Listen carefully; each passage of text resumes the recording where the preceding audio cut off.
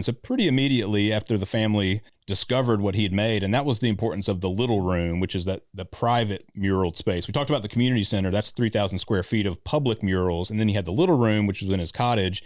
And now it's like a 10 by 10, very private. It's like walking into his mind. It's his inner sanctum that he had created. And the family, when he died in New Orleans in a hospital, complications from lung cancer in 1965, the same year, of course, that he lashed himself to a tree on Horn Island as a Category 5 hurricane washed over him. But they came back home and they found this padlock on the little room door. And he never let anyone in there. So no one had gone in before. They busted it open and found all these watercolors and immediately understood that he was making all this other work that they didn't even know about. They came back home and they found this padlock on the little room door. And he never let anyone in there. So no one had gone in before. They busted it open and found all these watercolors and immediately understood that he was making all this other work that they didn't even know about. Me, awful, home, auto, muscle, builders, lips, and life is rich. Oliver's good. Oliver Shots is rich. The Jordan Neuron Podcast.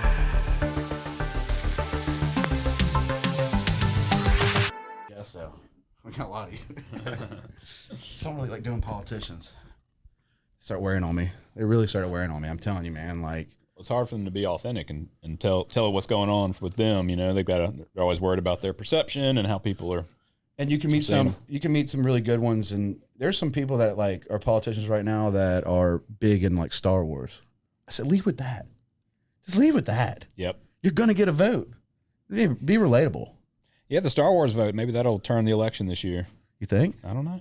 I don't even want to pay attention. The silent anymore. majority. I think my whole entire social media thing's just nothing but like horror. Like Emily looked at such a, what kind of horrible stuff you watching? It's either like animal attacks, not like I'm talking like in the wild, like a cheetah or an alligator.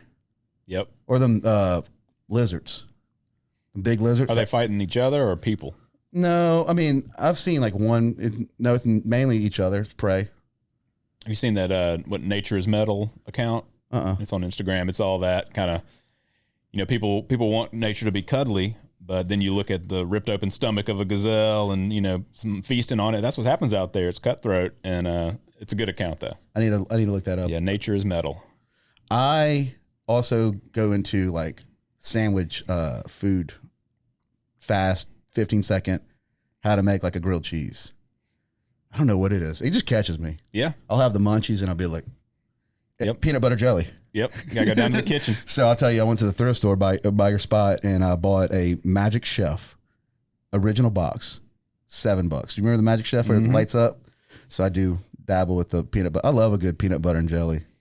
My dad, he's obviously older than all of us, but back in the day, he was a kid in Louisville, Kentucky, and asked for an easy bake oven back then. And those old ones, man, the originals, the vintage. Does he still have it? I don't know. I think he probably does in a box somewhere. I think he's a collector as well. He's an artist and photographer. So those kind of guys, they like to curate their objects and never let anything go. Is that why you shoot? That's why you got into. That's why you're big into film. Yeah, I mean, when I was growing up, I wanted to be an author, writer. He was a photographer, and he shoots with it's called a Deerdorf, the camera he's using, but it's the throw the cape over you, big 8x10 negatives, the old vintage kind of analog style.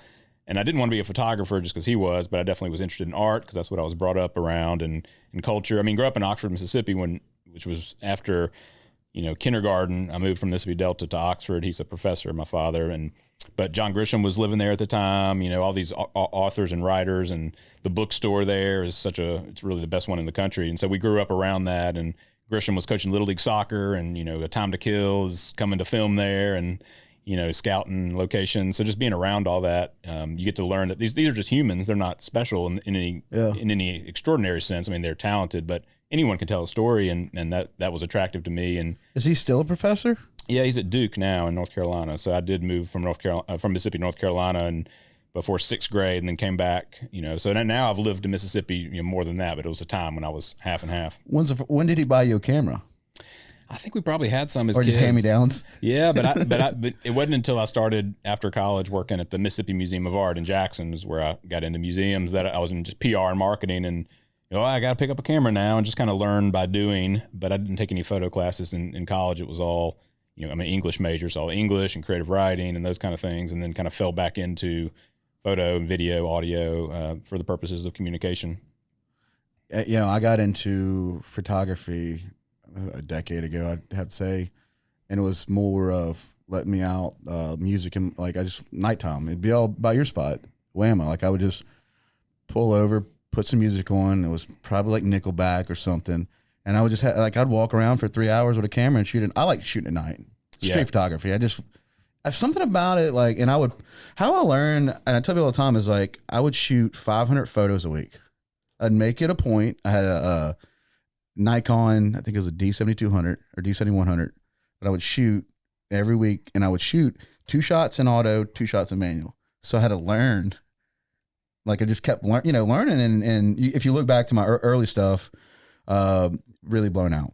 Yeah, but also kind of like blown out. I didn't know that. Like it was like, you're your biggest critic when you do photography. The way you look at it, you see your flaws and what you missed, or especially it's so tough to shoot, like really have a subject and then that background. Yeah, and you're trying to get it too. Yeah, and I don't know. I mean, in years, I did that for, I would say, 4 years, and then I got it. Yeah, takes time. I mean, and similar with Photoshop. Did the same thing with Photoshop. I would beat myself up to learn Photoshop because I think Photoshop, Lightroom, all this works in one. 24 frames in a second, and that's how I learned. And then I jumped into film. Yeah, and that's what I do admire that about I love how you shoot. Like when I started seeing your earlier stuff. So for you was, hey, if I'm doing this museum life, I need to market this. Right. Yeah. And it gives you, of course, everything feeds into itself. So, now looking back, I mean, I'm, in administration and, grant writing and all that kind of thing. But at the time, you just needed to get something on social media. That was, I think it started in 2010 in Jackson there. And so, Facebook was different then than it is now. And, the more content you could put out, and, people just loved seeing that story being told. And it gives you another, reason and a way to view the programs, the people coming in, and you create stories and connections with them. But also, it helps to tell the story to funders, why you need to be here. Do you remember the first time you did a cool photography marketing that you brought people in the doors? Do you remember that first event? Yeah, I mean, there's several. I remember some of the early photos, just learning even the basics about, if there's a kid playing in a fountain, get down on their level, and change your vantage point. But we had some great shows. One of the exhibitions we had, I think this was around 2013 or so, maybe 14. But it was modern art, so it was difficult to sell. And this is Rothko. We had Jackson Pollock, this traveling show that came through Jackson, and we created this whole concept around modern Mississippi, because in the language of art history, modern is not today. Modern was a time period, an art movement. So people get confused. So we had to kind of educate people about what this meant at the time when Rothko or Jackson Pollock, of course, splatter and paint on a canvas, there was no drip paintings on Instagram. This was at the time shocking to people that he would be laying his canvas down, throwing paint the way he was. And so that was daring to differ. So we created this concept of, be modern, dare to differ. And we outfitted a van, called it Max the Modern Machine, and went around all over Mississippi interviewing people who were doing interesting things for their time, right? These were contemporary people. So that was whether they're entrepreneurs or artists, what have you, and creating a whole... Like a small convenience store owner. Sure, yeah. And it was a whole content marketing strategy. So, we went to the Delta and in Cleveland, Hey Joe's, which is a burger and joint and bar. These are some young guys who started this thing, or it might be some avant-garde artist, or it could be anything, but people who were kind of going against the grain, because that's what these artists were doing. And so that was kind of a really successful campaign. We got some awards in the industry, but just going into that, learning that you have to meet people where they are. Folks aren't always thinking about everything that you're thinking about in the same way. You have to learn, it's not just a marketing strategy, it's a human connection strategy. You want to figure out what do people want? What do they connect to? What are their dreams and aspirations? How you tell the story. Yeah, exactly. Because otherwise, it's not going to resonate. You're not telling your story. You're trying to tell a story that resonates with people. And I think that the thing that I've found with storytelling is not everyone can be a storyteller, or they don't think they can. Everyone has a story to tell, but everyone, whether you're a brand, a huge corporate entity, or an individual, you want to see your story either reflected or you want to see it told. And there's, specifically with like creative writing, definitely with video and photography, it's a skill that a lot of people, don't have, and they really want that. So the more that you can kind of lean into that human part of storytelling, then it's not just about marketing. It's about really connecting with somebody. And I think that's where the business part of art comes in, because everything is art, everything's story. And that was one of the first times I started to see that kind of world open up. I think the way I look at this film and us like this, honestly, is because we had VHSs when we were younger, and a lot of them got bad and faded. And I had a lot of my mom filmed a lot of stuff like my Ninja Turtle Batman parties, in the neighborhoods. I don't have that anymore. Yeah. So this right here is, I mean, honestly, me and you're going to watch this 20 years from now. Yeah. I mean, your kid's going to watch it. My kid's going to watch it. And I think Jeff O'Keefe was really big about this, is capturing memories in somebody's story. Yeah. He's big about that. And that's what he takes pride. Like when I do this, that's something he really enjoys, because you think about it, like how often do we do that anymore? Like, and it sucks because like I wish VHS would have lasted longer. Like, and then, another thing I was the other day was I was going through one of my old birthday VHSs, and guess what was on it? Ninja Turtles. So somebody recorded. You remember that? Yeah. I think my brother recorded over. It was a USA Ninja Turtle episode because it had commercials in it. That's great. There goes my childhood. And the commercials that's probably the best part, is seeing those old commercials. Yeah.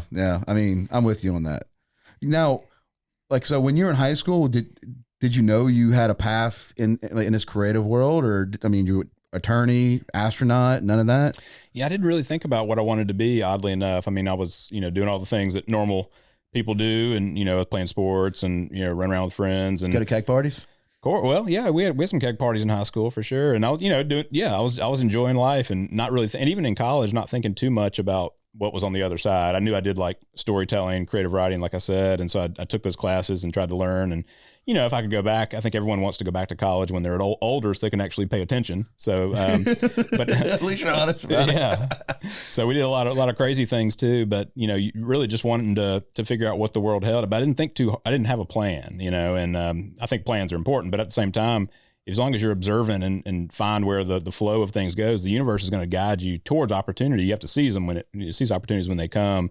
But it just happened to me after college. I fell into museums, and I'd done an internship in D.C. briefly after college in Senator Cochran's office, the late senator. And so that was great. And it really reconnected me back to Mississippi, because I went to the University of North Carolina, having been, living there for the second half of my upbringing. And I just came back to Mississippi to actually get my grandmother's old Buick. So I'd been up in D.C. Ooh, what type of Buick? A LeSabre. And the crazy thing, my parents were divorced. So this was my dad's old Buick, and he had died. And then my mom's mom, who was living in Jackson in a nursing home, needed a car.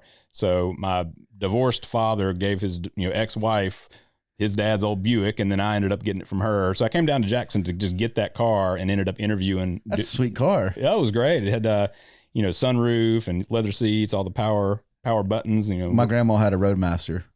Like a 96 nice. Roadmax. Yeah. Comfortable cars. I loved it, man. It was free. Yeah, exactly. $1, whatever I had to give her to get the title over. Yep. Is she still around? No, they're gone too. Yeah, there's no more grandparents, at least on my parents' side. My in-laws are around. Yeah, I don't have any grandparents either. I think I lost my grandma, Augie, I was 20, I'd say 12 years. It's sad because they're like, something about the grandparents. Yeah, shout out to my mom. I was telling my mom the other day, like my mom's like one of them old school grandmas. Like she does the activities, the art. My mom's a painter. Yeah, she's very creative, but my mom like does projects with Oliver, and I always appreciate it about her. They take the time, like they got a place on Porter right there behind Lazy Oak, but they'll take Oliver crabbing, little stuff on the pier, and bring him around, go get donuts, and yep. I did that when I was a kid. My grandma was always, doing activities with me. Well, I wonder, when we're grandparents, I hope we still get out and go to Horn Island or whatever it might be. But I think it might be a little bit more. Come play GoldenEye with us. Let's listen to Eminem together. Oh man! Instead of the classical music that your traditional grandparent. Is your son into Fortnite? We haven't let him play that yet. So he's into Roblox and he's got his iPad and he's got a Switch, but we haven't hooked him into the real thing, the main line. Yeah, in I think 2011, 2012, I started playing like some competitive gaming at 16, so 37, and then I got into Twitch, and I in 2012 I got swatted on Twitch. Loved it, but I was in the Doom clan, the Call of Duty clan. I used to pub stomp kids. Wow. But that's what I enjoyed. I was living Yeah. I was living in Goshen and Hickory Hills, and people trying to figure out what I was doing. I was working at night and playing video games all day. Like I would play 8-9 hours a day. Yeah. To see where it start, like where I was at, nobody really knew what it was. But to see these kids now, I was thinking about this the other day. Like your son can literally hop on like Fortnite and have a 7-figure contract. Sure. And they're teaching in college now. Yeah, it's crazy. And honestly, for us, how can we say that's not a profession? Yeah, I mean, definitely. I mean, I think even podcasting, the fact that, I'm sure there's programs now, of course, for even called podcasting in college, but this has been such a fast moving industry, and everything's changing. And I think the most common profession now, back to your question earlier, is people, kids want to be content creators, YouTubers, celebrities online, which is great. I think there's also, so much in the real world that they can also tap into. I think on both, I'm definitely having a trade, taking, a course of learning pottery, doing one of your paint classes, going out to like summer camps. I think that's very important. Yeah. I think that's very important. But I think knowing how to use a camera, this is how I feel, understanding what a negative 12 dB is, what a denoiser is, and how to shoot your content. Yeah. Like, I think everybody should have some small amount of knowledge with that. Yeah. And the reason I say that is because I really am not big onto like the marketing companies that prey on people, that outsource everything, and people get stuck with their businesses. I used to go around when I started doing marketing, and I do marketing for a few clients, but I got into insurance. Just because I enjoy marketing my insurance agency, and it's smart for my son. If something happens to me, they got 90 days to take over our business. The business is called Oliver Scott. So it's now as a dad, I'm like, what can I do for my family? Yeah. As marketing, I used to go around your spots in Ocean Springs and just do like free marketing for all the businesses. Set their Google up. A marketing company charges a small business $500 to $1,000 just to set their Google up. You know how long that takes, Right? I mean, let's be honest. Yeah. It's like one of them situations where like that's kind of turned me off the marketing, because I'd go around and do all this stuff for free and, learn through the businesses and help them promote through photography, getting them photos, getting exposure. I still didn't do it today. If you see me on social media, I'm always checking in. I have, God, on my Oliver Scott Insurance, like my Google, and I'm going to give you all this is a tip. If you go into a business, you check in to that business on Google, you leave a review, and it means a lot to them. I did Lee Bakery, and I got one photo on Lee Bakery. It's got 50,000 views. Right. I did one at Renee's Deli. It's got 200,000 views. So, I mean, people, that's my secret. You're more welcome to do it, but you got to do it. Yeah. Like, I was gonna say, the other thing is people look towards, people they can trust for those recommendations. So it's one thing to see a company, or even if you're hiring out, I mean, some really slick content created, but when there's an individual who, just came and left a review, that's what people really, really latch onto. And that has much more weight than, than just what's going out there. So I think if you like a place, and I think this is true of everything, you got to support it, whether that's just showing up or, showing some love, whatever it might be.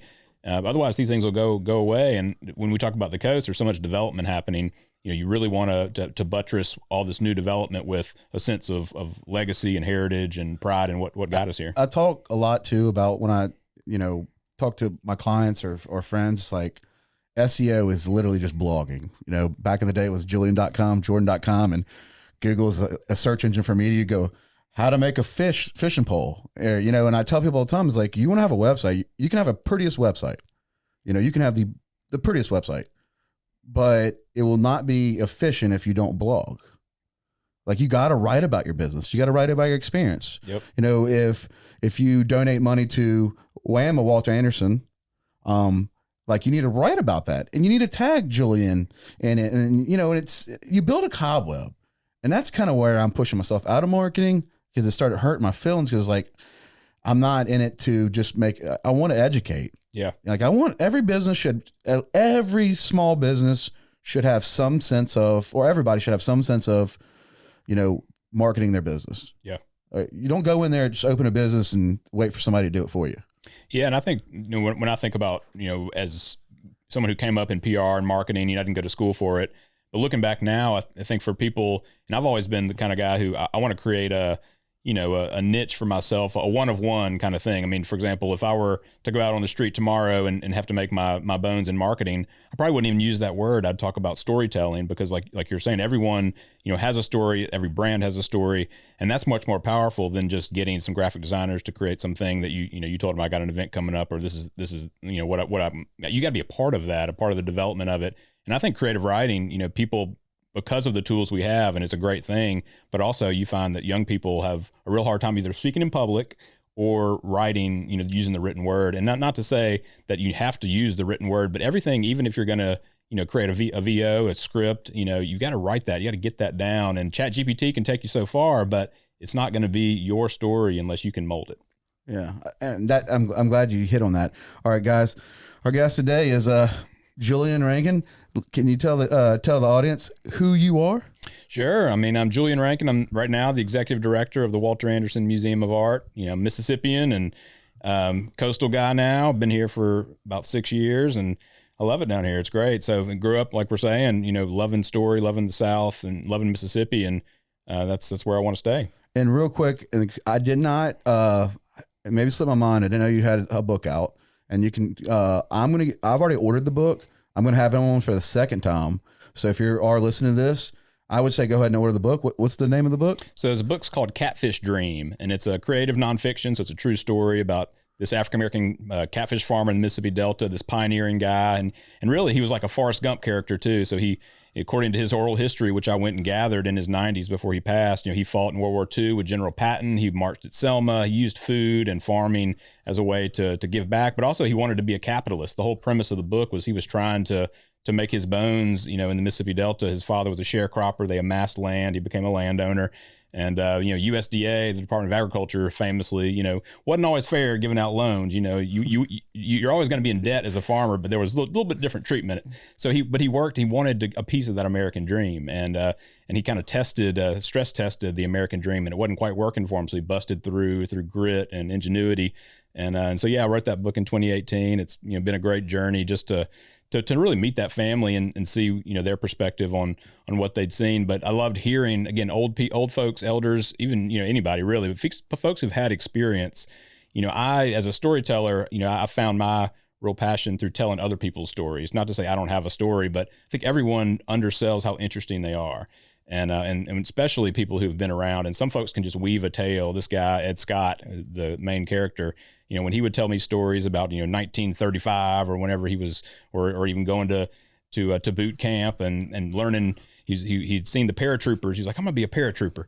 And then he saw these guys just collapsing off the tower like a stone. He's like, I'm not going to be a paratrooper. So he ended up riding, he was a quartermaster. He drove trucks across the Western Front, delivering fuel to General Patton as he marched. So he had some crazy stories. Oh yeah. He has a story of taking Patton on a recon mission in a Jeep, and they had to bail out, and they were getting sniper fire from a church. A Nazi sniper had to call in the heavy artillery and level this church down.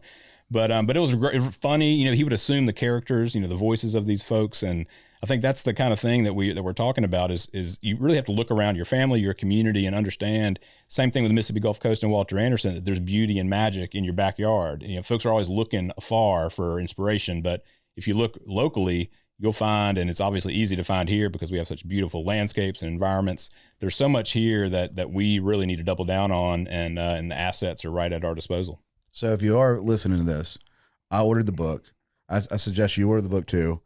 I'm going to have him back on, and we're just going to go over the book. I mean, I think it'd be kind of cool because and guys, it's not on all, can't get an Audible. You have to get the book. You have to read the book, and I'm going to have him back on. And this is just like an Easter egg, because I think it's gonna be cool. Because I want to be like, hey, I want to pick it apart. And I do apologize. I kind of find myself trying to do a little research on guests. I don't really like doing it because it's more like, say what? Yeah, it's a discovery. Yeah, I'm like, I'm having you here, and you're like, for instance, I didn't know your dad's a professor. Makes sense. Your dad was a photographer, so you have a lot of his traits. Like, you can tell that. That's really cool. I didn't know that. Learned it. If I would have researched, I mean, I went to the point where I read a little thing and it said like Chapel Hill, And then I stopped. I was like, I'll just let them tell me. Yeah. Yeah. And I think that's a great thing, though. I mean, we really, we meet people and we understand people by talking to them. And it's one thing to have a persona online or to research somebody, but ultimately, you really find stuff by bouncing off each other and talking through it. So you took your first gig at the museum in Jackson, not a lot of money. Sure. Was it just like an intern style? Did you make enough money to like ramen noodles an apartment? Yeah, I mean, it was an entry-level PR job. I think at the time I was happy that I was $29,000 a year. This is great. It was about 2010 and worked my way up there and had been, 8 years. I was there 8 years. And when I left to come down and take over WAMA, I was, part of the leadership team there and running special projects and things. And certainly could have stayed, but I came down here just to interview almost as a process of kind of exercise, because that was the way I got the job in Jackson. I'd learned in D.C. in Senator Cochran's office after my internship up there ran out, and this informational interview is this concept I wasn't familiar with, but you go and just talk to folks, same kind of thing. And it doesn't mean there's a job on the table, but you just go let them know, I'm here, here's who I am. And it just so happened there was a job opening in Jackson. So that's where it started, but it really worked out well. I didn't, like I said, think about museums per se is where I wanted to land, but it was about Mississippi culture and those Mississippi stories, and it really worked out well. I remember when you first got here. I remember this photo stuck in my head. It's you wearing a flat bill, signing. Yeah, dope photo. But because I always loved Corey Christie, and I when Corey started really pushing the art, like the sidewalk chalk writing, and he'd always be like, "Hey, come out," and I appreciate that. Like you watch these students like draw, and that's art to me. And that's what Corey, believed in. When you came in, I was like, who's this guy? I'll be honest with you, like, who's this guy? Yep. What's he going to bring?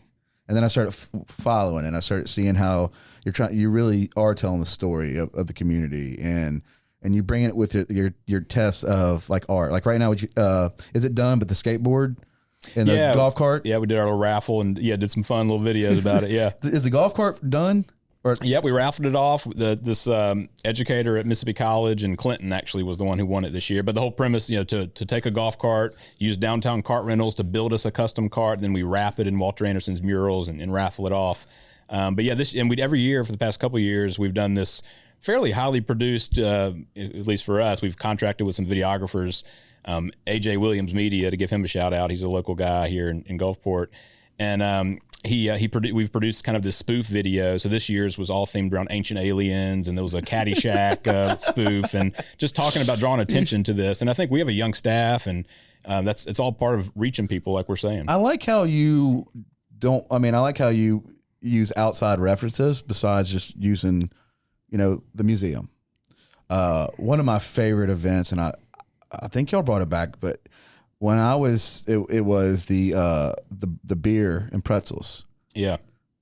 We need to do, so that we had this beer tasting. It used to be inside the museum, and our curators hate us because that's like, you really don't want to do dangerous, that. Yeah. But now that we're expanding our campus, it's a slow build on that, but we've got a pretty massive expansion going. And it's, when that's done, we're going to have much more outdoor space for venue and community events. So that's really going to be great. Did you see Scott Hexon's photo at your museum with his wife pointing? I think I did. That's my photo. Oh, nice. That was the night he did. He's like, Jordan, he's like, this is right when he started doing community stuff. And he goes, I want you to come to this event with me. Like, I'm setting up, and who's going to drink, what beer. And Scott emptied all his tanks, first one out. Yep. And Scott doesn't go around and brag about his medals. He's, you know what I mean? He hides them. He hides them. Well, I was just blown away. And he's like, you know what? Go around and taste everybody's beers. Yeah. And then tell me something like, ooh, coffee. Like, yeah, kind of covering it. Mm-hmm. And then he just educate me. Scott's always that person to educate. And I remember taking that photo, and that was just the night we were hugging and laughing.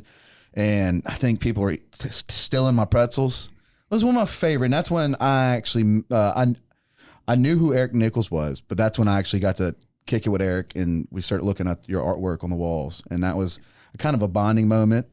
And now you see Eric with Hemingway. Yep. And the way he's, his love for art. Yeah. It shows. But that's Eric Nichols is one powerful attorney. Sure. But he's also like an art collector, very passionate. But I'm telling you, it's got to be that's one of my favorite experiences of like an art show. Yeah. And Stebley has, and I love too, Stebley comes in, I bought for when Matt started doing his art shows, down there. I got a couple of his originals. I bought them for Emily as gifts, or bought them for my mom, and that was my first time. And I remember going, it's like people are like, art's so expensive. I'm like, well, if you go to an art show, if you get there early, you got a chance to lock down a piece of original art. I mean, I bought some Matt pieces for $250. Yeah. But I had to keep them on the guys. Now, if you do go to art shows, you might have to keep them at the museum or the art show for months. You can't be like, I just spent $500 on that, I got to take it home today. It doesn't work that way. Yeah, you gotta let people see it. Yeah, so if you do buy a piece, if you ever do buy a piece, keep in mind that you're not going to take it. Most of the time, you're not going to take it home that night. Now, there's a piece that I bought from Matt that he had it for, and it's his wife's side piece. Oh yeah, I bought it from my mom for her birthday. Well, he has the original, but this is the second one, and it's the big piece. And he, I think they had it for 6 months, and that's okay. That's a cool story for me. Like when that's what I love about art, and I always look at people's art and I'm like, what were they thinking? Yeah. Were they upset when they were doing this? Yeah. Well, I love with Matt, I have a couple of his tattoos, and the two pieces I have of his, or two of them, are the preparatory sketches, on the transparencies, the vellum that you can kind of see through, where he was sketching out the possum and the catfish, which is what I have of his.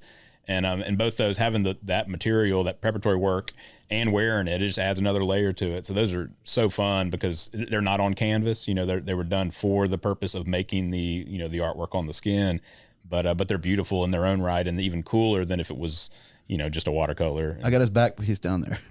The first back piece he did. I got it down there. The sketches on it. I think that was $350. Yeah, those are so cool. I know, but that was also Matt's tasting, because I have a buddy named Nicholas Cook. We went to St. Martin together. He goes under Vandal, and he did the Jericho face, and we went. I mean, an amazing artist. And he did an art show in Gulfport, and I wish your ass would do more shows. But like, we did an art show at the gallery in downtown Gulfport. I think it was a Carnegie building. A lot, I think it's right there, that gallery they had. Yep. That was cool. But my favorite was that pretzel beer. I don't know. It was just the way it connected to me. Yeah. I mean, I think what you're saying though is, art is sitting there, right? But you really need people and hopefully a communal or a dialogue around it to really activate it. Otherwise it's just there. And so similarly, the fellowship of, a craft beer tasting, you've got this, craft, handmade drink, this tradition, this art piece that is essentially consumable, right? And then it makes you feel good, and you got friends there, and then you can look differently at the work that's on the wall. And I think, to me, that's the great thing about food, about visual art, is it starts a conversation, and then also it's a communal act. And so I think the more that people can approach art that way, of course, visitors who come in, tourists especially, they just want to see the art on the wall. It's a traditional museum experience, but that's why it's important for arts organizations, museums, to do these other types of events, and especially for the locals. 70% of our folks are from outside of the coast. But it brings money to y'all. Oh yeah, you got to do it. I mean, honestly, if you're selling beer, like at Peter Anderson this year, I don't know how many beers I bought, from you. Like, I was just being honest. It's like I walked down there to buy a beer because I knew where it was going. Yeah. I mean, because I know, like, y'all sell 1,000 beers. That's right. You're paying people. Yeah, exactly. Keeping the lights on. Yep. So yeah, it was like and you're with what was the name of the motion? Petrol. Perpetual Motion. Yep. Yeah, the Shandy beer that most recently they did for us. That was awesome. Katie killed that. Yeah, it was smooth awesome. Beer. I love what Matt did with the graphics. Absolutely a good beer though. Yeah. And that was my first time ever experienced, was that right there at your spot. Yeah. So I mean, I think y'all need to do more beer. Yeah, like more beer events. I do. Well, I mean, I'll tease a thing. We're, like I said, we're building on our campus. One of the projects, though, it's called the Traveler. Will be the building, the development, little mixed use thing we're doing. It'll have not only a restaurant, it'll have a bar, a coffee shop, and you can get breakfast there. But also, it's themed around mid-century Shearwater. So you'll kind of go in there. It'll almost be like an immersive experience. You have murals, folks who don't know, and at Shearwater Pottery, where Walter Anderson and all the family lived. That's where Anderson's cottage is, his original cottage where the little room, the famous muraled room, came from. And in that space, there's still other murals that people don't see because they're not open to the public. So over his bathtub, he had 3 cows that were drinking from the water and it was a reference to an experience he'd had in Texas when he bicycled through Texas and was laying in a waterway along the roadside, and cows were tickling his nose as he drifted off to sleep. And so we have that touch point, but in the Traveler, that same type of mural of cows might be enacted by Julia Reyes, for example, her version of that, and then photography of the real place around it. So you get this interpretation, almost like a fever dream of, what if I walked back in time into Shearwater? I'm drinking coffee out of Shearwater pottery. So that's one of the projects we're working on. Similar to the community center. Yeah. I mean, that's one thing you have. That's y'all's, right? Community center? The city owns it. We help manage it, preserve it. That is one of the coolest. I mean, that's one of the coolest spots. Yeah. Because you can sit there and have a plate of food. You're like, how old's that shit? How old is that? Yeah. What was, because I look at, and I was Marty Wilson. I was telling you about Marty. And I'm going to take you to Marty's house. Like I said, Marty's the godfather of my son. And he does the same shit. Like, his bathroom is all art. His house in Bayview, he's got like an older, like ranch style home, but it's got the brick with the lanterns. It's all brick with a studio in the back, and his wall, like his floors, that like a boat patina wood, and then he's got fighting chairs as like his little nook, but every one of his like original paintings are on the wall, but he paints everything. So like when he gets upset, he gets upset. I mean, when he gets up, that's when he starts painting, really, when he really expresses himself. But he'll grab like a piece off the wall, and then he'll put it on the easel. And then he'll paint for 4 or 5 hours. He'll call me in the middle of the night, like 1 a.m, and just, whether he's having a rum and Coke or whatever, and he's just feeling that night. Music up. You normally like Journey. I mean, he's rocking out. And then he takes it wet and then puts it back on the wall. Yeah. And it's like in his bathroom, and he has like, he's been doing a lot of tile. So he's got like, he lived in Hawaii for a while. So that hook, he's famous for that hook. Well, that hook runs in tile through his bathroom. Oh, wow. And it's like octopus, and you can follow. It's like it is a museum, and it's like, he doesn't get it. He does. I mean, I see it. I'm like, this is crazy. Yeah. And yeah, I like that. You're telling me the story about Walter Anderson, and that's why I was just kind of relate, because there's a modern day guy that's doing the same thing. Yeah.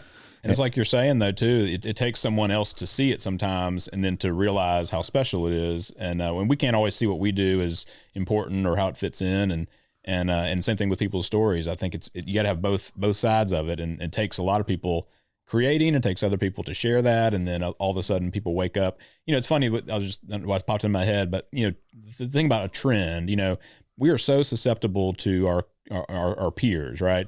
Like everyone with their Stanley cups, right, or their mugs, like Chevron print. It's just funny to me that and nothing against the cups themselves or whatever brand you might want, but there's certain people who probably had that first, like, oh, this is great, it's gonna keep me cool. But then now it's a statement to have it, So, but you have to have the people who are trendsetters, who are seeing something for the value it has, and then communicating that to others. And whether you like or dislike the thing they're doing, I mean, you can see how something takes fire, and it's because there's an authentic, person representing that to you, and all of a sudden you want to do that because you associate yourself with that. The same thing with wearing a certain hat or a brand. Yeah. That's how brands are built. And a lot of times when they get too big, they get a little bit away from what started them, that grassroots energy. Crawfish and beer is just a lifestyle. It was a thing for my last podcast. It was a thing that I didn't want to have our faces on the hats, and it was I bought the .com, and I've always loved the lifestyle of like crawfish and beer. It's like my favorite thing. Yeah. Like, honestly, we're gonna have a time where me and you sit around and have 5 pounds of crawfish, some beer, and a cup of gumbo. Right. And we'll be happy. We'll sit there and be like, you know what? Now we got to know each other. Yep. And our shirts are all messed up. And yep. So yeah, I mean, I see it as like I want to share that with people. Like I love watching people step outside of their creative abilities too. Now, can you shine some light on a few artists that you've kind of discovered down here, that you've kind of built and pushed them, where they're like, I don't know if I should do this, and you're like, no, you're doing it. I mean, there's so many people doing so many great things. And I will say the thing about the museum that some folks don't understand is that, of course, we show Walter Anderson, but then we also have contemporary artists coming through. And I mean, Matt Stebley, who didn't need us for any purpose, he's already doing his own wonderful things across the world from his Ocean Springs, storefront. But when we had his show there, we didn't know if he would go for this, but we wanted to do a live tattoo, during the reception. So one of our staff members actually laid down on the bench and got a tattoo from Matt during the reception. And it was a way for him to again, interact with people where he wasn't just standing there by his art. And when we traveled that show, which we did to the Max in Meridian, the Mississippi Arts and Entertainment Experience, they tried to duplicate that and successfully to have Matt back up there to tattoo.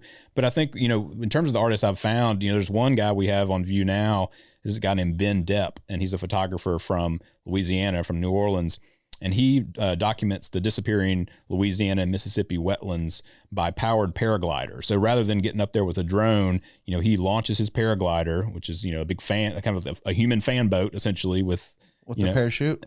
Yeah, yep, exactly. And he flies through the air with his camera and takes these pictures and goes as far as he can. He'll even go out to a sand spit, row out on a handmade boat, and then launch it. And this idea of going slower and being intentional about it is part of his practice. But artists like that, we wouldn't know about them if we didn't kind of go out and try to find the connections between, in this case, Walter Anderson, to the people who are making work now with the tools that they have at their disposal. But there's so many of them out there, so many great people who are doing work outside of the museum walls. I mentioned Julia Reyes, a muralist, and has done some wonderful things all over the coast and the state. But there's Biloxi crosswalks, and we're going to have her do some things for us. And Downtown Cart Rentals in Ocean Springs, she did a mural recently. So there's so many people out there who don't need the museum, but we want to be associated with them and build them up to say that the legacy we're trying to reproduce and get out there is not about this frozen in time period of 1903 to 1965 when Walter Anderson was alive. It's really about just taking inspiration and then spinning it out into whatever permutations, that the contemporary people want to see. Could you actually buy a Walter Anderson original now? Are they out there? They are. I mean, the family. If the family, they are the brokers for their collection, and you can get work from the family. You can get work from certain galleries. They're at auction from time to time, and the originals we don't sell. The museums don't sell work traditionally. As part of if someone donates it to a museum, they want to know that's going to be held in trust. Does it happen sometimes? If someone donates a work that's usually not meant for the collection, so if someone gave us some artist, some valuable print from Russia, we'll just say, who knows, had no relevance to our collection, they may say, we want you to sell this. We want it to be on view for a couple of years and you can sell it. But even if you sell work, it's meant to go back to the collection, to preservation. There was a story, in Detroit some years ago, because the city helps manage that museum, they started selling off their collection and the whole industry went up in arms because you're not supposed to do that. So the gallery and the museum are traditionally separate things, where galleries are, of course, promoting artists, selling, they're a business, and the museum, because the core work is about education, you're supposed to hold on to those things. I didn't know that. I just learned. Yeah. Okay, so don't go try to buy art from a museum. But if you can inquire, and it's the same thing with the contemporary artists. And don't try to buy with Bitcoin either. Hey, I'm sure there's galleries will take Bitcoin. No, I'm saying the museum though. I don't. Yeah. I'm fascinated because a museum. You're a grant writer, so it works on grants and sponsors. You have sponsors. National Geographic is a partner. Yep. Donations. I'm pretty sure you have a lot of Ocean Springs locals that give you money every year. Sure. That keeps y'all going. But it's not like your tours. Does your tours keep that place running? No, it's such a wacky world. If you looked at the portfolio of things that we rely on. It's admissions, it's the store, we have a store, you've got donations, grants, some public grants, but also, the corporate sponsorship. But then we have an Airbnb, we are, as I said, expanding our campus, we'll have a restaurant. So you have to get creative. The endowment is, a word that, is great in museums because it means you have money in the bank that's supposed to fund, a portion of it, just like you have stocks. You could take a little percentage each year. But we don't have an endowment that we can rely on for our entire budget. So it's all about, just you got to be aggressive. It's a strange business in that way because you're only supposed to make $1, right? Everyone's staff, time, and salaries are part of your budget. You're a nonprofit. So it's not about making $100,000. It's about raising $1 million or whatever, because that's what your budget is. And everyone gets paid. Everyone's good. You go into the next year. But for us, it's really been, I think people think that museums traditionally are well heeled and they have, you know, deep pockets. But for folks who thought that about the Walter Anderson Museum, it's not true. We have a wonderful collection of art, priceless objects. We have, of course, great supporters, but every year you have to go out and earn your keep. And really everything is sales, you know, but you're selling the story that matters. You're selling your impact in the community. But it's a big story. I mean, you look at the Peter Anderson Festival. Yeah. It's got to be one of the largest festivals in the state of Mississippi, correct? Sure. I mean, I think it is the largest arts festival. Yeah. I mean, and now, I mean, y'all are, I mean, it's put on by the city. That's just what I would say. This is not put on by the museum. It's the Chamber of Commerce and of course the city partners. There's so many individuals, but the museum is just a part of it. You know, we're there just like any other artist might set up. I mean, we pay for a booth to be on the street. We get a lot of visitors in the museum that day because they're coming there to see art, but we don't have anything to do with any of the profit share, any of the logistics. It's all the Chamber of Commerce that was, you know, and they started that some years ago to give Peter Anderson his shine, you know. And people can buy your merch on the internet too. Yeah, our shop's online, and you can get a lot of cool stuff there. Some of the Anderson, you know, if you want some apparel, I mean, I think that's the cool thing. But you want to wear this out, show your love for what coastal culture means. You know, we've got some real good looking stuff. This is fascinating. I was wondering, like, I mean, are y'all like DuckTales? You know, How do you mean? Like, do you have all the money in a safe? I mean, right, yeah, a bunch of gold. Are you diving in? I wish we do have a bank vault, so like that's where the art is kept. But it is pretty cool because all museums have a vault, right? Yeah. The other thing people probably don't know about art museums is, and really any museum, is very few show more on the wall than like 5% of their collection. So like all the objects in the museum, they're always changing out, of course, but there's 95% of it is behind lock and key because you can't show it all.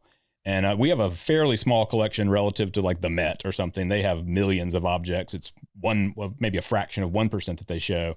And I think people think that you go to a museum, everything they own's on the wall, you look at it, you go. And some museums are like that. A house museum or a historic museum might be. But most art museums, the cool stuff is behind the vault. And we do have a cool vault door that is like it's got a little, you know, do you ever lock. just sit? Do you ever like? I'm pretty sure you get frustrated. You know, from time to time, like with your workflow. Do you ever just like sit in there and just take it back? Yeah, I mean, take time for yourself to like, this is why I'm doing this. Sure. That is a benefit of being in an art museum is if you take a little walk, and I like to walk around, whether it's the neighborhood or the galleries, you know, you can definitely refresh yourself. It's not like you're just going down the line of cubicles, you know, because you need a smoke break. You can actually go see some quality stuff. Ever been spooky in there? You know, if you talk to our curators, you know, the folks who manage the collection, put stuff on the walls and build all that out and interpret it, they say there's ghosts in the museum that Walter, you know, sometimes you'll hear something down the hall. They'll also find, you know, we've got some of our education building, you know, raccoons or possums used to get in there. We've since renovated it, but there's always stuff moving around. You're never quite sure, but we think that Walter Anderson's spirit is certainly around. I remember going there on field trips. So like when I was a kid, yeah, they still do a lot of field trips. Still St. Martin.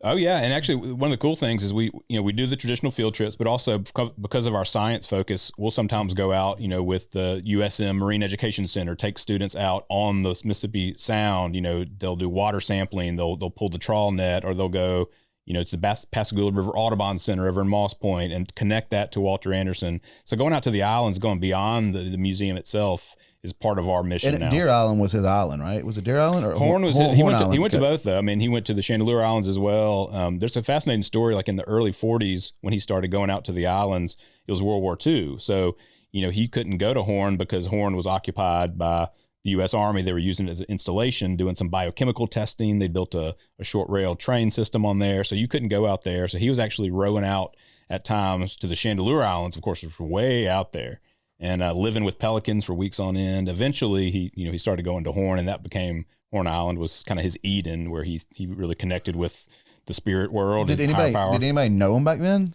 Did he have? I mean. The other funny story, so that was the early 40s, you know, but in 1949, he had his big brush with fame, if you will, where he had a show at the Brooklyn Museum. So these were the big block prints that, you know, folks know that Realizations, the Anderson shop in town, they now reproduce the original licensed versions of these, you know, through screen printing. They've turned them all into screens. But Walter Anderson was carving these out of linoleum, big pieces of linoleum that he called battleship linoleum because he got it from the shipbuilding industry. So on the decks, they would have the non-stick linoleum to help you not slip on the ship. So Anderson took this basically big piece of rubber and you carved into it just like you would a wood block print, you know, creating a stamp essentially. Yeah. And this is where he made all these large scale prints and used fairy tales and myths and legends. Okay. Yeah, and that's with the subject matter. But some curators in New York obviously, heard about it, and they had a big show at the Brooklyn Museum. There were all these what they called scrolls, these big scroll prints of fairy tales and myths and legends. And the family went to get him to go to his reception in Brooklyn, and all they found on his cottage door was a note that said "Gone to China," and he had left America and gone over to search for Tibetan temple art, because he was inspired by that. So he really did not want to be famous at the time, but that was 1949, probably the high point of his living time in his career of getting that big museum show in the big city. Oh, I mean, no cell phone, no TikTok. Right. Yeah. And people think about his boat too. He bicycled all the way, into Florida, into Texas. He's got these log books that he did on the islands, but also when he was on his bicycle journey. So he was like, I'm just going to bicycle it over to New Orleans today or into Mobile or wherever I'm going. I mean, now you post a picture and that's kind of how you become an artist. People see your work. Back then, it's pretty tough. Yeah. Yeah. And the thing was too, the shearwater pottery part of it, he there was a product and process part of his life. So he would create things, for example, at Shearwater, Peter Anderson would make a plate, Walter Anderson would decorate it, or Walter Anderson would make a really cool mold that they would then cast, ceramics to make a lamp that looked like an animal or whatever it might be. Those were products. He loved making them, but they were for sale, right? So that he could then afford to go out to the islands on his own time and make these wonderful watercolors on 8.5 by 11 sheets of typing paper. And these were things that the family didn't even know about. So it wasn't until after he died that they discovered these individual watercolors, non-reproducible. I mean, these were one of a kind, whereas the block prints were made to be reproduced because he wanted people to have them. But the watercolors are the rarest, the most valuable pieces of Walter Anderson's work, aside from the massive murals, because they were his personal process-based work where he thought, if I'm going to connect with nature, with God, I'm going to use art to do that. So he thought, if I'm going to be out there, it wasn't about the artwork itself. It was about that connection. And if he needed to burn, some kindling, the story goes, he would rather burn a finished watercolor to start a fire than a blank sheet of paper, because that blank sheet of paper had another opportunity to connect with what he was seeing around him. And, the finished watercolor, as beautiful as it might be, it was spent in a certain way because he had already had that connection. So that was really why they're so rare.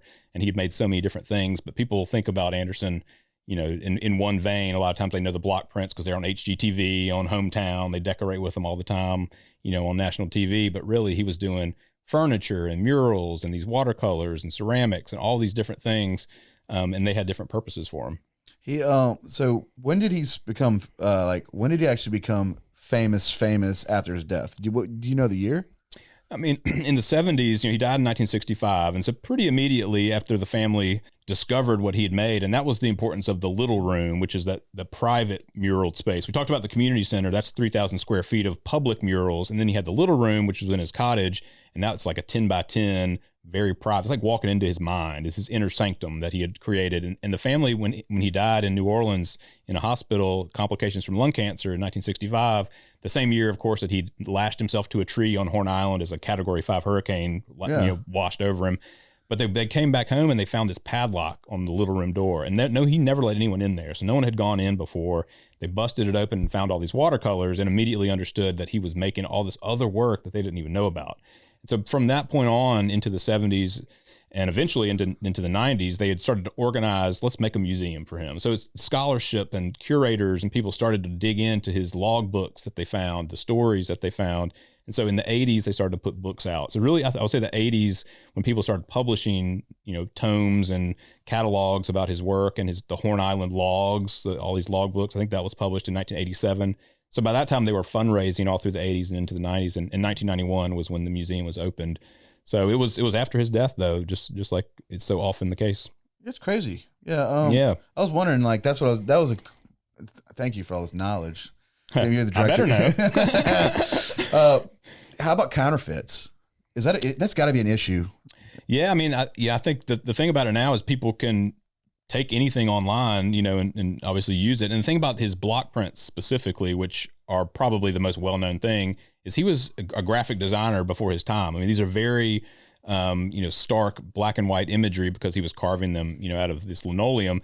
And so you can get a low-res image of that and run it through an image trace or whatever you're going to do. And Illustrator and automatically whereas a painting's a little harder to reproduce as a print. But I think, people have so many tattoos of Walter Anderson stuff, and that's not really a copyright violation, I think, that many people are worried about, but it certainly is a problem. And I think the family, who's, manages the estate and the copyright, that's something that they're always aware of. And, what's not for, like, y'all do not like? What is y'all like frowned upon for y'all? What did y'all not, people don't knock off his wallpaper?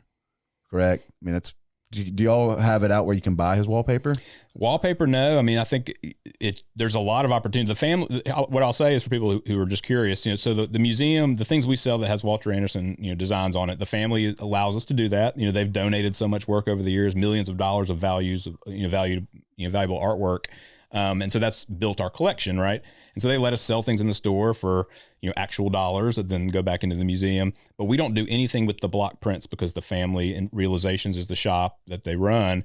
They really are, that's their bread and butter is these Walter Anderson officially licensed prints. So we don't want anyone to reproduce his work, without permission. But that's an interesting line that we collaborate with the family around, is that we know that they are then interpreting and selling a lot of these works and designs, and the cool thing about it is, like I said, the linoleum block print, that's a big piece of rubber, right? And over time, those started to fade and crack because of the heat and the cold. Yeah. So the family, I believe in the 80s, converted all those to screen prints, right? To the screens, like we know from T-shirts and all that. And so now that's how they do them. It's still a handmade process, though.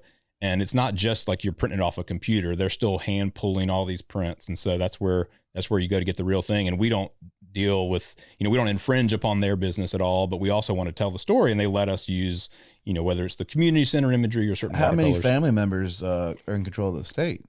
Well, I mean, all of Anderson's sons and daughters are still living. So there's 4 siblings, and, they manage it. But the cool thing about it is Peter Anderson has his descendants. Jimmy Anderson was, Peter's son, and now Peter Dale, Jimmy's son, is now the master potter, or learning from Jimmy, who's the master potter, handing that down. So you've got all those, and then you've got the husbands and wives and children, and, Matt Stebley, the great grandson, Chris Stebley, the grandson. If you did a family tree of the Andersons, it'd take a little while to get it all straight. And that's what's cool about it. But the estate is still run by and managed by his children, all of whom are living. That's cool. They're still doing it. They could have sold out. Oh, sure. I mean, I'm pretty sure people have offered crazy amounts of money just here. Cause I mean, you get that copyright. Let me tell you something. Bed Bath & Beyond, all these places. It's just, it's beautiful. It's subtle art. Like it's not extreme, and it goes with, I'm telling you, it goes. Yeah. We have a print like in our bedroom. The big print is an actual original. It's a print, but it's massive. Yeah. And it's funny. Marty Wilson hung that, because not confident hanging. He's like, give me this. Yeah. Right. I want it here. Yeah. If I have a big piece, I'm probably going to ask my curators to help me find the studs, make sure it's all level. I'm not good at hanging. Emily's better than me at this.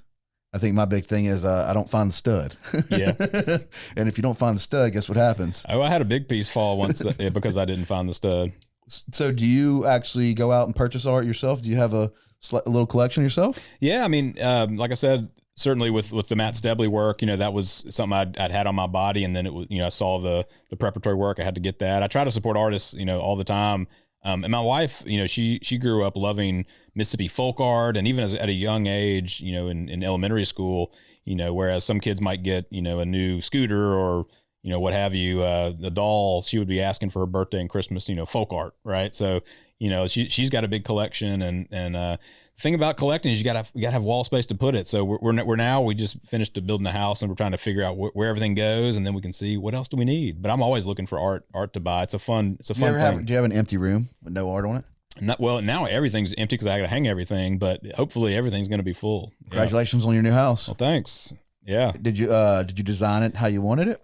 Yeah, we worked with some architects in Ocean Springs, tall architects. So it's Mark and Madison Talley. There's some our age, our generation, young architects. Oh, I've seen some of their buildings on Porter. Yeah, my parents. Yeah, okay. They're great, and so we worked with them to design something that's a little avant-garde and interesting, and definitely you won't miss it once it's there. But we've really enjoyed it, and they're actually working with the museum as well to help with some of our expansions. They've done some architectural work for us on that front. But I think that's important, to find, obviously when you're a community institution. You want to, especially if you're representing an artist who's no longer here, you don't want to be stuck in time, like I said. So I've really loved being able to work with artists and architects and have them be part of the evolution. And that's what, when you build a house, it's always a give and take. I'm not an architect, but I know some of the things I want. And then you try to, it's like a game of telephone. Were you a pain in the ass to work with? Be honest. No, I'm pretty gracious with people, maybe it's just 'cause I'm a people pleaser, but I try, if I have something I want to change, I'll tell them. How many changes you make? Well, we conceptually early on, they had some ideas, we had some ideas.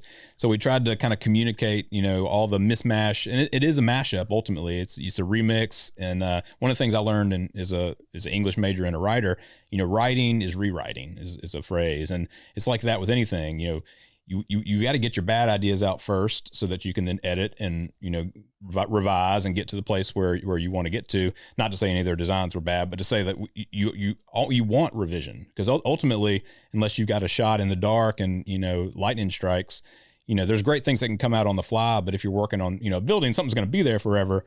Part of the give and take of collaboration is saying, you have an idea. What if we did it this way? Did you make a smart house?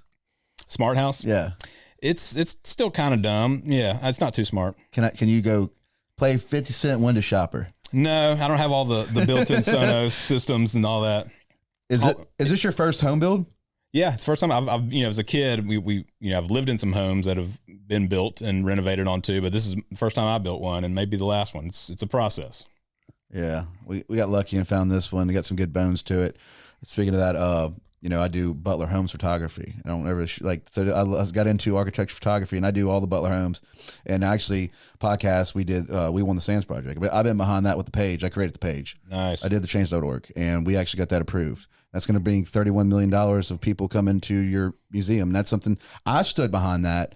And I talk a little bit about it, but I met Butler at Maison Deleu, and he was like, "Hey man, I want you to help me with marketing for my new neighborhood." And then he's like, "Let me bring you to my passion project." And Butler's all in on the Sands. And I was like, "Sure, dude." And I seen the mud and dirt, and I'm like, "All right, I'm going to get behind this. I'm fighting for this." Yeah. And I was like, he's like, "What you want from?" I said, "If we win this, I'm getting a golf cart." And guess what? My parents about to have a golf cart on Porter Avenue. You're going to see my Oliver Scott Insurance, Butler Homes. And that's, you look at, Mike and Josh have been, and their partners, but they've been paying for that property for years, and they're our age. Yeah. And they're just like, Butler's like, he's obsessed with it. He's like, "I'm making all these, and you can see all these views here. You can see the views here. We're going to have a lawn here. I want everybody to be in a community." Yeah. And he's like, he's fascinated. He's like, he said on this podcast, he said, "My goal behind that property was to make that property where I never had to market my home building business." Yeah. Because I love Butler. Like, I have to go to tomorrow. I've been there all week. I mean, I work with his wife, Lauren Ray. She's starting a design company. Yeah. And I got to go sit with her tomorrow, and we're going to go over ideas. I'm good at like sitting down and helping you reach that goal. Totally. If you don't have them ideas, I can't create with.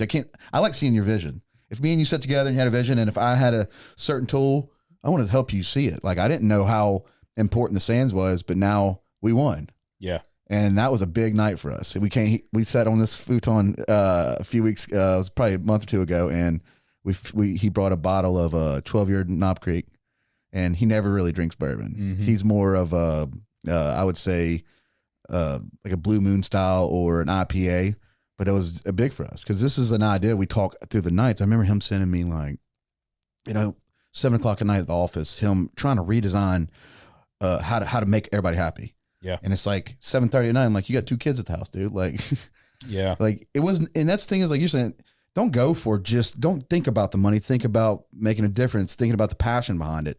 You look at, like, Mike Butler never went in going, "This is," he always says money's good to have for freedom. Yeah.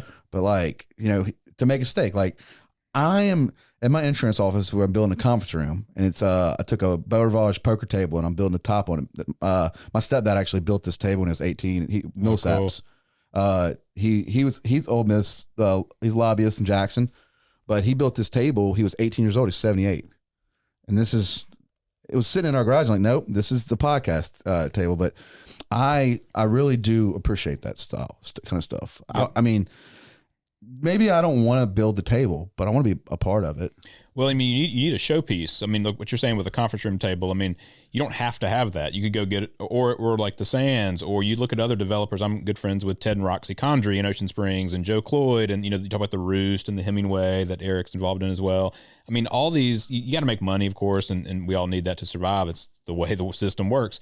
But I think it's important to take a step back and ask yourself why you're doing this. If you look at whether you're talking about stand-up comedy or podcasting or actors or anybody, if you look at their whole history, there's a time, for some many decades when they're not making the money that they're now making. And people are like, well, how do I get there? I want to do that. Well, you can't shortcut it. You have to have a North Star and actually care about it. And you think about the handmade or having a signature piece. It communicates what you're about, right? Yeah. Here's what your creative vision is. And if you don't do that kind of thing, then you can be a cookie cutter.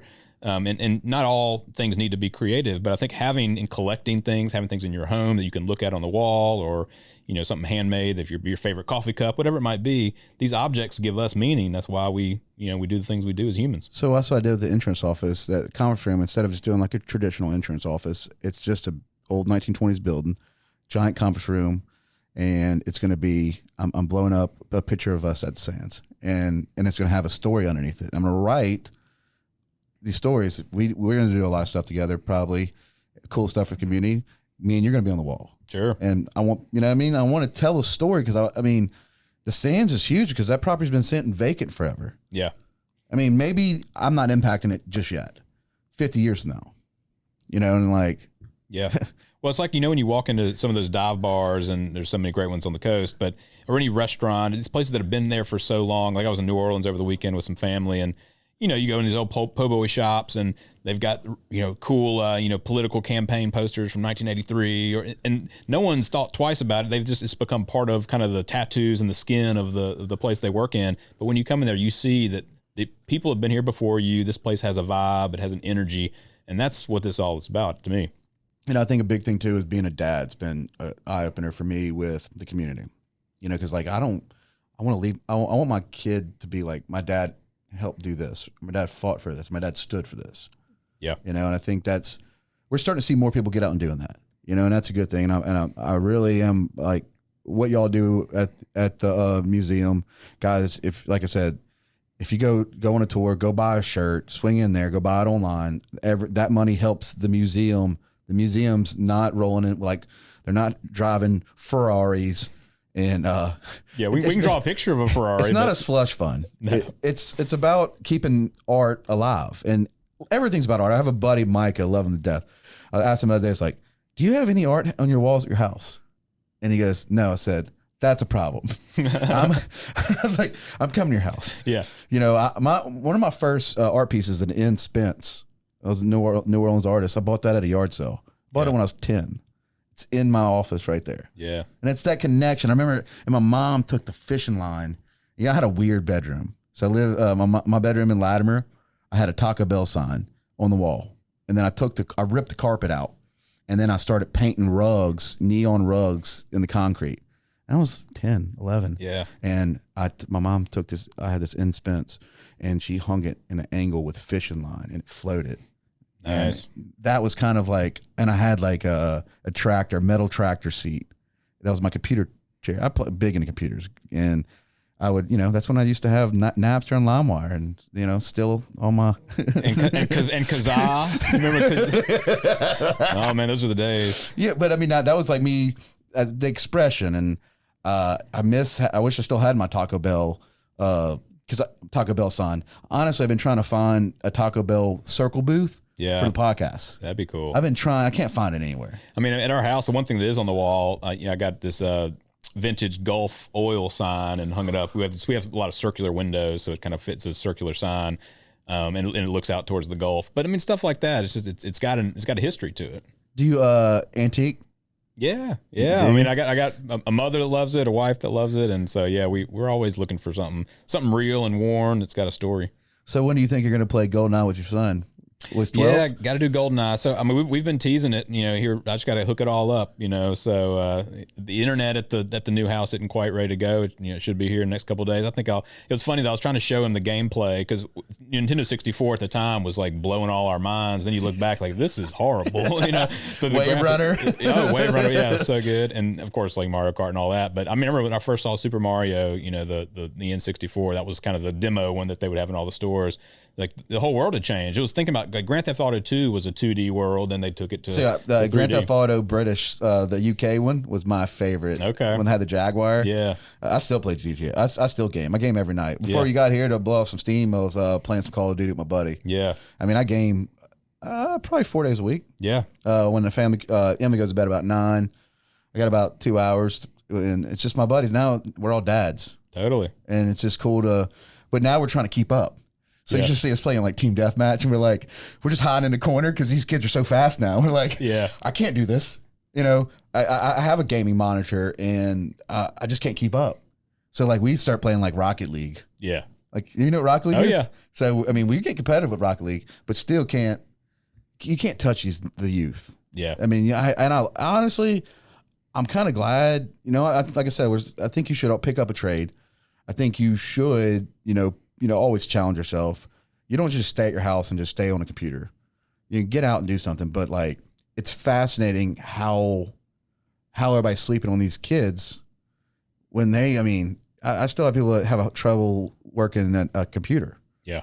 These kids are, my kid is, we pull back the iPad because of too much. And honestly, he's like, really doing like hooked on phonics. And things like that nature, but it's like fast. Like he knows how to like operate an iPad better than I do. Yeah. Like I see him run around with have this iPad Pro that I used to do work with. And that's kind of what, we bring with him. And he's doing still animation with action figures, Legos. Oh, cool. And he takes photos and he'll move them, takes photos. And then he'll be like, Dad, he's just made 6. Yep. And I'm like, that's me. I used to do that. I didn't have, if I would have had an iPad, me and you had Windows computers that didn't have a webcam. I remember Gateway was the big thing like year 2000. I got a DVD drive in my Did you ever get in the AOL chat rooms? Oh yeah. That was what was your handle? Oh man, it's bad. I had two, several of them, but I had my name spelled backwards, like everyone does. And then I was a soccer player in high school, so I think I was Pele Junior or something or other, some number at the end there. But yeah, that was where all the good spitting at girls was. AIM was where it was at. It was was it ALS or ASL? Was it? Age, sex, location. Oh yeah, right. Yep. Yeah, and mine was, hey, my name is JoJo. Yeah. So I was always Jordan's my name, but always was called JoJo. So that was my handle, and we spent a lot of time in the AOL chat rooms, especially on Friday nights with the buddies. I remember that you'd get the disc. Here's 500 hours or 500 minutes of internet. Just put it in there. It's like, what? God, I forgot about I don't even know how that works. I forgot about that disc. Yeah. I remember that thing kicking on, that sound. Yeah. Now, what do you think I'm running in this house? I don't know. Internet now. Just try to guess. Fast as you can get. 1,000 up, 1,000 down. Yeah. And I highly suggest get AT&T fiber. Yeah. Because that's what we have, and it's a lot cheaper. I've been having AT&T fiber for 3-4 years. Never had one problem. Not one problem. Yeah, that's what we got. It's great. Yeah, and you need it now. Yeah. Because these files, did you ever think we'd ever take our cameras and pull out our 128 Extreme SDs and they're full? Right. Yeah. You're like, what is this? I know. Oh, wait, maybe I need a shooting JPEG. Yeah. I've been doing that. I'll edit RAW, but then if it's not something that I really need a RAW file for, say I'm shooting like for a museum event, I've got, 20 good high quality JPEGs. I don't need to carry all those other 50 RAW files necessarily if I've got what I need. And it's crazy though. The storage is obviously going fast too, but I feel like the capacity of the cameras is outpacing the storage because it gets expensive, and then you can't even get one. Now you got like 7 drives and trying to figure out how to store it all. So I actually do, like the fact that the phone is advanced so much. I mentioned my dad, he's an analog photographer, and see him out in the field, guys, that's the guy that actually makes his actual photos. Right. What's the room called? The dark room. We had room. a dark room in every house growing up, and we used to sit in there in the corner, and the enlargers look like a T-Rex in the shadows. You got the orange safety light. But the other thing he does, he's either extremely analog or it's with his cell phone. So it's like there's two extremes because the cell phone is so convenient and it's a great tool for people to have. It's just like anything though. The internet gives us all the information in the world, and mostly we want to look at animals ripping each other apart or dogs or whatever it is, which is very entertaining. But there's a library of other opportunity, and that's the difference with I think with students and kids is like you want to be able to use the tools for something creative. So just having a plan, having a vision, having a dream. Because I don't, I could easily be reading books all day and I'm just sitting here staring at my phone. That's probably not the best use of my time, but it's a whole landscape. The digital space is going to continue to be where a lot of the life is lived. And so you don't want to just be, in the shallow, stagnant water, get out there and swim around and find some cool things, some things that you can tap into. And don't overcomplicate like I did when I first did a podcast where I had 3 cameras running. Just honestly, I took away from the storytelling. I robbed myself because I'm overthinking about all those problems. And, if the camera does stop on us, then we just have audio. Right. Yeah. It's okay. Yeah. It's okay. Just cut some clips, You should have seen me back in there. I'm like, is that camera dead? Is that camera dead? And I'm like, panic. Is that one on? Is that? And I'm like, okay, we're just doing one. And that's a A6400. Not super expensive. I did just break my 24G master. And then it was done. It dropped right there and hit that total jump. Oh man! And stopped working. And I ain't gonna lie to you. I just took it and started banging it. Yeah. And banging it and banging it and banging it, and then completely destroyed it. And now it's put up. Yeah. And now it's right there. And it's just like that was, it's a freak accident. And I was just doing a podcast and just with my favorite lens. Yeah. But I was sitting there like, should I beat myself up about it? Should I get upset about it? Or should I just take in the fact that I shot 20,000 photos with it? Yeah. These things happen, I mean, my cloud and my Dropbox is your events. I mean, I've seen y'all shared some of my stuff, but I don't ever put my name on stuff. But like, there's this one photo at the office, and it's going down at Peter Anderson, and it's in the daytime. And there's thousands of people, and there's that oak tree limb that's mine. Yeah, and it's just like, but you can have it. Right. It's like that was always. I wanted to show people what the Mississippi Gulf Coast is. I told you earlier, like it's not. I mean, I don't want to like. It is a part of Mississippi, but if you're from here, it's more of a float of New Orleans, Mobile. That's it. I mean, we're like this weird. I tell people all the time. A buddy, Osama, he's going to be a doctor in Savannah, Georgia, and he's from Syria. My Call of Duty buddy, like that. He came in town. Robbie Ellis, Neolife. Robbie got him a hotel room because we used to be in a Call of Duty group. Yeah, and he Robbie brought him the Mary Mahoney's, and he's like, they had a good time. They're like, Jordan, where do we go off the grid? And I'm like, I'm bringing adventures. Let's go. I'm about to say, let's go. He's like, all right. And this is right when me and Emily got our minivan. I'm like taking him around. And he's just like, and guess what I did? I dropped him off in downtown Oak Springs. I was just like, hey, this is, if you really want to know, and they fell in love though. This is awesome. This is a crazy experience. Like they expected to see like more of a racist, in this honesty, they thought they would see more of like a not so warm hospitality, and they're like blown away with how everybody was. And that's what I like to tell people. Like, don't tell me anything about the coast unless you've been here. Totally. Well, I mean, adventures, like the great thing about that is you can still get a carton of cigarettes. They got the cigarette vending machine, you know what I'm saying? And smoke inside, right? Look, and you need that. And the same thing with Ocean Springs, or even the whole coast, really. If you think about the history of this place, especially the 20th century history, it's all about ethnic migration, multicultural, food and labor and industry. And that's what we're born on, and in terms of, and I can say we just because this is my home now too, and I do love though the coming from above I-10, being a carpetbagger from above I-10. The East-West mentality is very cool with the Gulf Coast. The New Orleans, Mobile, like you're saying, it really is. It's the horizontal versus the kind of vertical. Me and you could right now. We can't do this right now because it's a weekday. But if me and you really wanted to, we'd hop in our car. We can go mid city. We go stay there the night. Really, we can stay there tonight, and then we can be in downtown Mobile the next morning at a restaurant at Wenzel's, listen to some live music at the Soul Kitchen, right? And then we can go. You know what? Let's go to Destin for a little bit. Sure. And we, and that's like you. I take it in. My favorite place to vacation is New Orleans.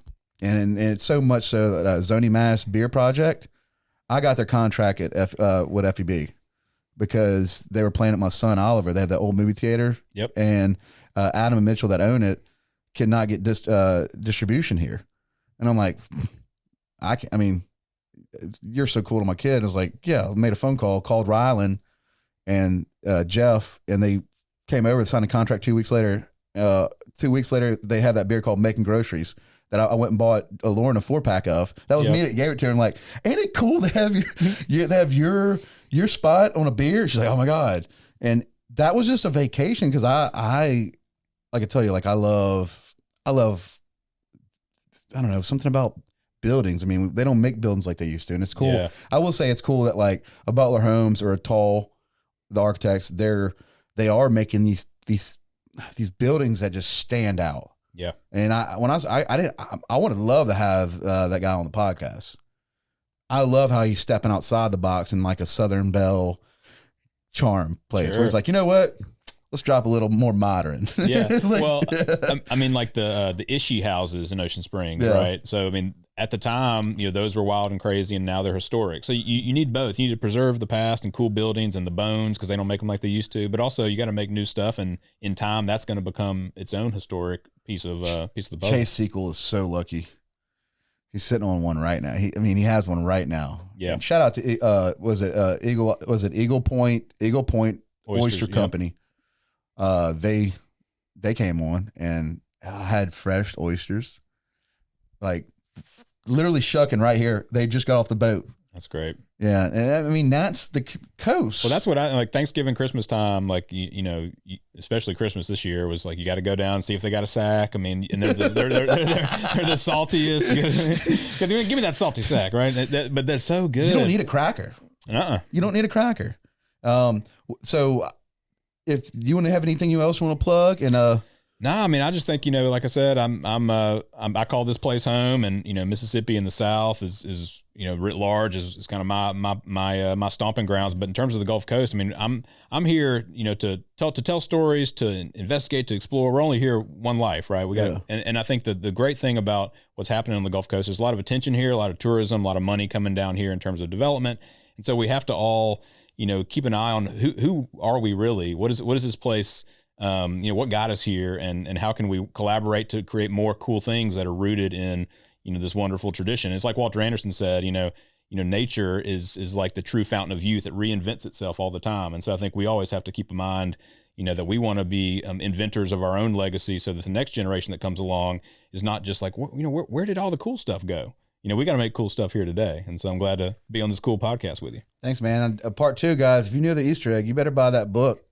Let's dive into it. We got to dive into it because it seems like a fascinating story. I'm excited, but I'll drop in the links for how you can reach out to this guy. And thank y'all so much for listening. I really appreciate it. And make sure you subscribe. And we're all over. I don't ever really say this, but we're on Audible. We're definitely on Audible because that's where I listen. But we're Spotify, iTunes, we're everywhere you can get podcasts. Yeah, give this man some love and get you a crawfish and beer hat.